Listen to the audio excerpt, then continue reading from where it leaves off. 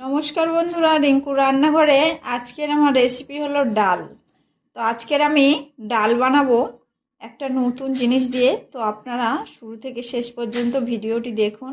এখানে আমি মুগ ডাল নিয়েছি আর নিয়েছি মুসুর ডাল। তো দুই রকমের ডাল আছে। তো আজকে দুই রকমের ডাল দিয়েই আমি বানাবো রেসিপি। তো আপনারা দেখুন।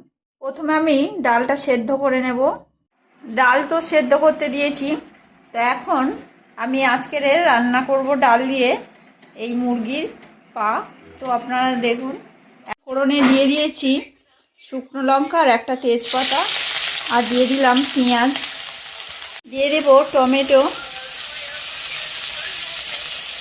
দিয়ে দিলাম আদা রসুনের পেস্ট, আর তার সঙ্গে আছে কাঁচা লঙ্কার পেস্ট, লবণ, লঙ্কার গুঁড়ো, হলুদ গুঁড়ো, জিরে ধনের গুঁড়ো।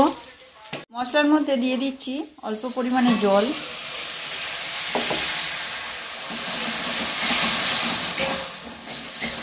দিয়ে দিলাম মুরগির পা। ভালো করে কষিয়ে নেওয়া হচ্ছে। 10-20 মিনিটের জন্য আস্তে আস্তে কষানো হবে, খুব হালকা আঁচে। কষতে কষতে দেখুন কত সুন্দর হয়েছে। তো এখন আমি দিয়ে দেব সেদ্ধ ডাল।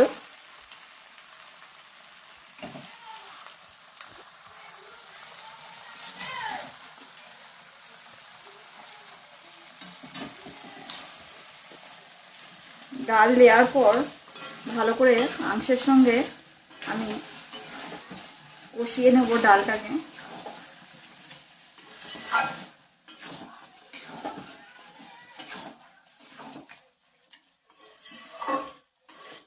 ডালের সঙ্গেও মাংসটা খানিকটা কষিয়ে নিয়েছি। এখন অল্প করে আমি জল দিয়ে দেব। আমি এখন ঢাকা দিয়ে দিচ্ছি। তো বারে বারে খুলতে হবে আর নাড়তে হবে, নাহলে তলায় লেগে যাবে, কারণ ডাল তো ওই জন্য। ডাল দিয়ে মুরগির পা আমার হয়ে এসছে। তো ওপর থেকে দিয়ে দিলাম ধনেপাতা,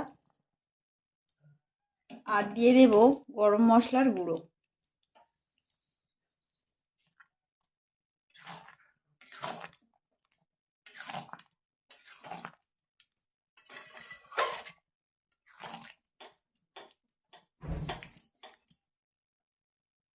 রান্নাটি কেমন লাগলো কমেন্ট করে জানাতে ভুলবেন না, আর আমার চ্যানেলটিকে একটা লাইক কমেন্ট শেয়ার করবেন।